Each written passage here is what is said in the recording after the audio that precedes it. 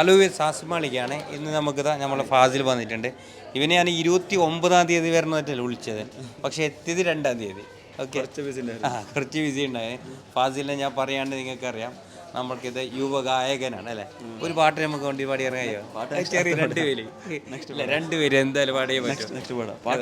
അപ്പോൾ എന്തായാലും എനിക്ക് നാണക്കെടായി പറഞ്ഞു. അത്യാവശ്യം കുറേ കസ്റ്റമർ ഉണ്ട്, അപ്പോൾ അവർ മുമ്പ്. പക്ഷേ ഒരു ഗായകന്മാർക്ക്, അതൊരു കലാകാരന്മാർക്ക് നാണക്കെട് വരാൻ പാടില്ല അല്ലേ.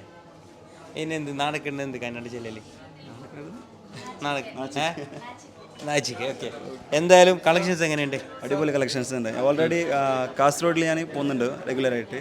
ബട്ട് അവിടുന്ന് കൂടുതലാണ് ഇപ്പോൾ ഇവിടെ കളക്ഷൻസ് ഉള്ളത്. അപ്പോൾ എല്ലാ ആൾക്കാരും വിസിറ്റ് ആക്കണം മസ്റ്റായിട്ട്. കളക്ഷൻസ് നല്ല ഉണ്ട്. അതെ, കൂടാണ്ട് നമ്മളെ ഈ ഒരു കസ്റ്റമർ ബന്ധമല്ല ഉള്ളത്, ഇതിൻ്റെ ഉള്ളിലുള്ള ബന്ധമെന്നല്ല, ആത്മബന്ധം, ഒരു ഫ്രണ്ട്ഷിപ്പ് ഉണ്ട്.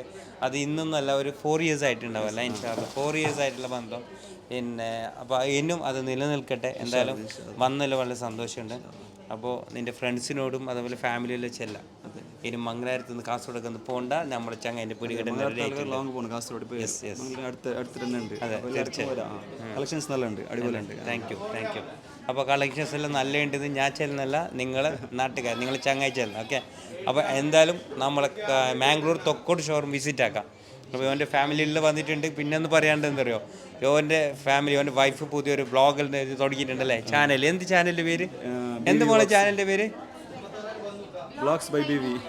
Blogs by B V. മാഷാ അല്ലാ. അപ്പോൾ നമുക്ക് അതിനുള്ള സപ്പോർട്ട് ആക്കണം.